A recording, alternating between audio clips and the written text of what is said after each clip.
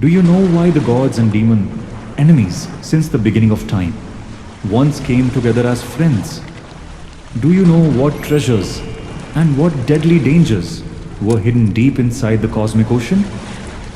And do you know why Lord Vishnu, the preserver of the universe, appeared in the most enchanting form ever known, as Mohini? This is the story of Samudra Manthan, the great churning of the ocean. A story of struggle, of poison and nectar, of greed and wisdom, and of the balance that keeps the universe alive. Comment Jai Vishnu Bhagwan if you want to know the secrets of Samudra Manthan. Once, the Devas were powerful, shining with divine energy. But one mistake changed everything. Sage Durvasa, known for his fierce temper, once offered a garland to Lord Indra, king of the heavens. Blinded by pride, Indra carelessly placed it on his elephant Airavata. The elephant threw it to the ground. Durvasa's anger shook the heavens. He cursed Indra and all the Devas. Your strength will fade, your glory will vanish. And so it happened. The Devas grew weak. Their radiance dimmed, and the throne of heaven slipped from Indra's hands. The Asuras, led by the mighty King Bali, grew stronger and stronger. They conquered the heavens, and the Devas were left wandering, desperate and afraid. Defeated, they went to Lord Brahma. But even Brahma said, "Only Narayan, the preserver, can save you now." So the Devas bowed before Lord Vishnu. With folded hands, they begged for mercy, and Lord Vishnu spoke with calm assurance. There is only one way. Churn the great ocean of milk. From its depths will rise countless treasures, and among them Amrit, the nectar of immortality. Drink it, and your strength will return. But there was one condition. The ocean cannot be churned by Devas alone. You must join hands with your enemies. The Asuras, the Devas, were stunned. Work together with those who had stolen their throne. Share the nectar with those who wanted them destroyed. Yet they had no choice. To regain their power, to restore balance, they had to agree. And so the stage was set for the impossible. Gods and demons, sworn enemies, preparing to churn the very ocean of creation together. The Devas and Asuras stood face to face. Their hatred burned, but the promise of Amrit was stronger. They agreed to a truce. Together, they searched for the tools to churn the great ocean of milk. First, they needed a churning rod. But what in the three worlds could be strong enough? Their eyes turned to Mandara mountain, tall, unshakable, touching the heavens. This will be our rod, they decided. But the mountain was massive, heavier than worlds. No one could move it. The Devas prayed, and Lord Vishnu sent his mount, Garuda. With wings that spanned the skies, Garuda lifted the mountain and carried it to the ocean. Next, they needed a rope. What could bind the mountain and churn the cosmic waters? From the depths of the universe came Vasuki, the king of serpents. His coils were long and mighty. He agreed to serve as the rope, but a quarrel broke out immediately. The Asuras demanded, "We will hold the serpent's head." The Devas had no choice but to take the tail. They did not know. The choice would decide their fate. When the churning began, Vasuki's breath from his fiery mouth spread poisonous fumes among the Asuras. The Devas, holding the tail, were spared. But even before the churning could start, a greater problem arose. As soon as Mandara was placed in the waters, the mountain began to sink. Its weight dragged it down, deeper and deeper, into the endless ocean. The Devas and Asuras panicked. Had the great effort failed even before it began? Once again, Lord Vishnu came to their rescue. He took the form of Kurma avatar, the mighty tortoise. With a shell vast as a continent, he dove into the ocean and lifted Mandara on his back. Steady and unshakable, Kurma supported the mountain. The stage was ready. The cosmic churning was about to begin. But what would emerge first? Poison or nectar? The churning began. On one side, the Asuras pulled with all their might. On the other, the Devas strained with equal force. Mandara spun like a pillar between heaven and earth, and Vasuki's body stretched and tightened. The ocean foamed, the skies thundered, the waters trembled. From this great Samudra Manthan, the first gift appeared. But it was not a treasure, it was death itself. A dark, deadly poison rose from the depths, Halahal. Its fumes spread in every direction. Devas, Asuras, even humans, beasts and birds cried out in pain. The universe itself seemed to be burning. No one could stop it. No one dared go near. All the gods ran to Lord Shiva.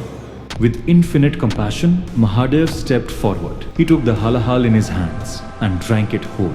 Parvati, the Divine Mother, pressed his throat gently to stop the poison from spreading. It stayed there, turning his neck blue. From that day, Shiva was known as Neelkanth, the blue-throated one. The universe was saved, but the churning had only begun. Now, one by one, the treasures rose from the ocean. 14 Ratnas, each with its own divine purpose. First came Kamdanu, the sacred cow, giver of all prosperity. She was given to the sages to serve in yajnas. Then rose Airavata, the white elephant with 4 tusks, who became the mount of Indra. Uchchai Shravas, the celestial horse, gleamed like silver lightning. The Asuras claimed it. Next appeared Kalpavriksha, the wish-fulfilling tree, taken by the Devas. Then shone the Kaustubh Mani, the most radiant gem in existence. Lord Vishnu placed it on his chest, where it rests forever. From the waters rose Varuni, goddess of wine.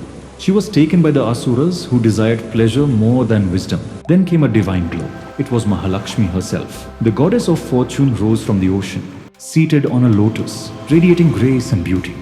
Every eye turned towards her, but Lakshmi chose Vishnu, garlanding him as her eternal consort. The ocean still gave more. Chandra, the moon, rose and was placed on Shiva's head. Finally, a figure emerged holding a golden pot. It was Dhanvantari, the divine physician, carrying the vessel of Amrit, the nectar of immortality, the moment every being had been waiting for. But before the Devas could rejoice, the Asuras snatched the pot. The balance of the universe now hung by a thread. The Asuras had seized the pot of Amrit. Their laughter echoed across the heavens. The Devas were crushed. After all their effort, after all their suffering, had immortality slipped from their hands. The balance of the universe was in danger. If the Asuras drank the nectar, their power would know no limit. Dharma itself would fall. The Devas turned once again to Lord Vishnu, and Narayan, the preserver, devised a plan that no one could resist. He took the form of Mohini, the most enchanting being ever to walk the worlds, with beauty that shone brighter than the moon, with grace that silenced even the proudest. Mohini appeared before the Asuras. The demons were mesmerized. Their eyes widened, their hearts weakened. In her presence, their greed gave way to desire. Smiling gently, Mohini spoke. "O mighty Asuras, you have won the nectar, but such a treasure must be shared fairly. Let me divide it for you, so no one is cheated." Blinded by her charm, the Asuras agreed. They handed the Amrit to Mohini without a thought. And so the great trick began. Mohini made the Devas sit in one line, the Asuras in another. With divine swiftness, she served the nectar only to the Devas. The Asuras watched enchanted, never realizing the deception. But one among them grew suspicious. Rahu, a cunning Asura, disguised himself as a Deva and slipped into their line. He tasted a drop of Amrit, but before it could pass his throat, Surya and Chandra recognized him. They shouted out his betrayal. In an instant, Vishnu, in his true form, struck Rahu with his Sudarshan chakra. His head was severed from his body. Yet the drop of Amrit had made him immortal. His head became Rahu. His body became Ketu, forever chasing the sun and moon across the skies. The Devas, now blessed with Amrit, regained their strength. Their radiance returned. Their power soared. With fresh energy, they fought the Asuras once again, and victory was theirs. Order was restored. Dharma was safe. The universe breathed freely once more. And so the great Samudra Manthan came to an end. The Devas rose once more, their strength restored by the nectar of immortality. The Asuras were defeated. The heavens regained their light. But this story is not just about gods and demons.